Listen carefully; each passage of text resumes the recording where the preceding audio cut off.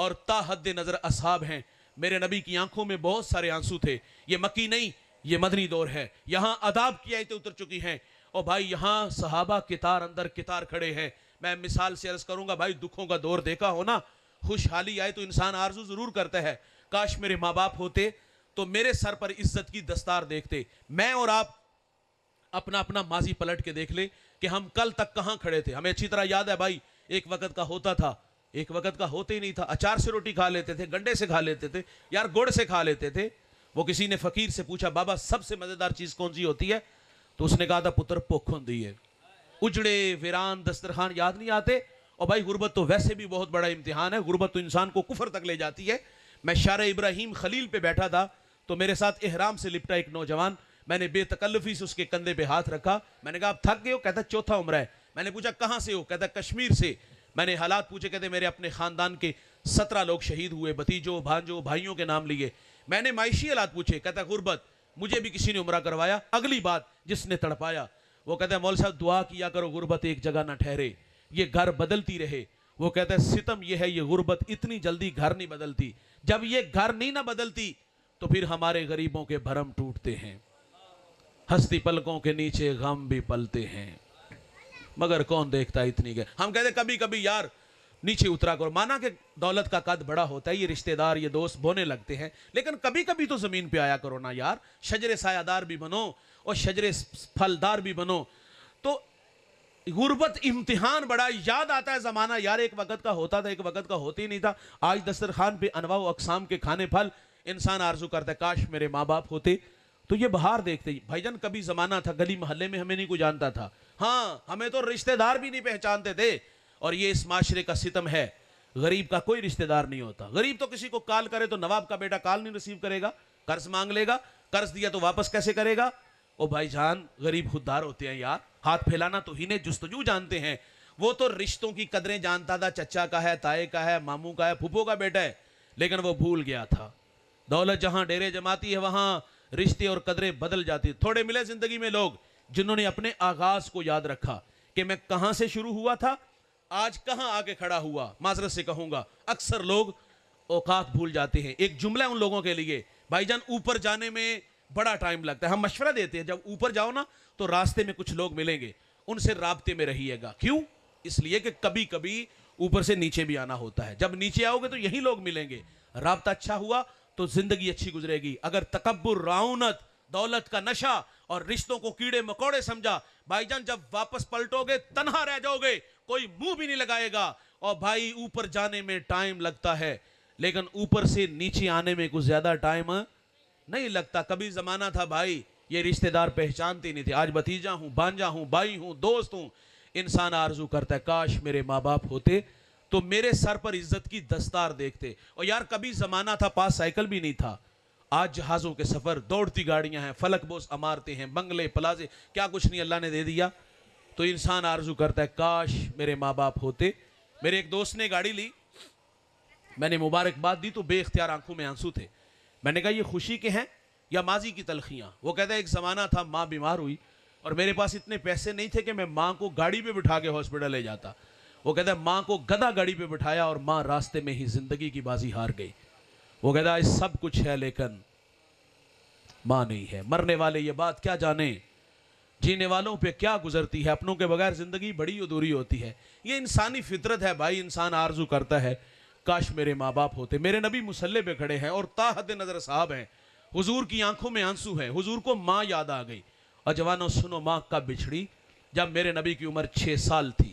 ابوا نامی ایک بستی آئی جہاں سیدہ آمنہ رضی اللہ تعالی عنہا آ کر کے رک جاتی ہیں. بخار نے آ گھیر لیا اور آپ جان گئیں کہ یہ بخار میری جان لے لے گا.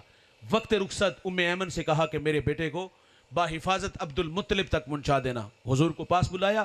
ادھر بچپنے کی معصومیت، پیشانی میں نبوت کا نور اور ماں بیٹے میں کھپ سی گئی. 2 ایک باتیں ہوئیں اور پھر ہمیشہ کے لیے پہاڑوں میں سو گئی. فرماتی بیٹا ہر نئی چیز نے پرانا ہو جانا ہے، ہر باقی نے فنا ہو جانا ہے. فرمایا بیٹا میں بھی جا رہی ہوں لیکن سنو میرا ذکر باقی رہے گا. فرمایا اس لیے کہ میں تیرے جیسا پاکیزہ اور ستھرا محمد چھوڑ کے جا رہی ہوں. سانسوں کی مالا ٹوٹ گئی، موتی فضا میں بکھرے. میرے نبی ماں سے لپٹ کے روئے اور پھر ننھے ننھے ہاتھوں سے کالے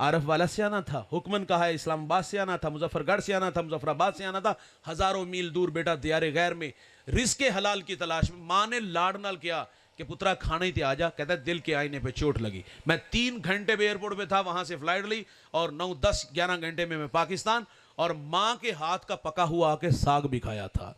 محبت کہاں ہواؤں فضاؤں میں اڑاتی ہوئی قدموں میں لے آئی. ہم ایک ہی بستی میں، ایک ہی محلے میں، ایک ہی شہر میں رہ کے یار 6 ماہ ملاقات نہ کریں تو بھائی جان یہ زیادتی ہے. آؤ میں اور آپ ماں باپ کی قدر ماں باپ کی زندگی میں کریں، اور اللہ تعالیٰ سے دعا ہے اللہ مجھے آپ کو عمل کے جذبوں سے مالا مال فرمائے.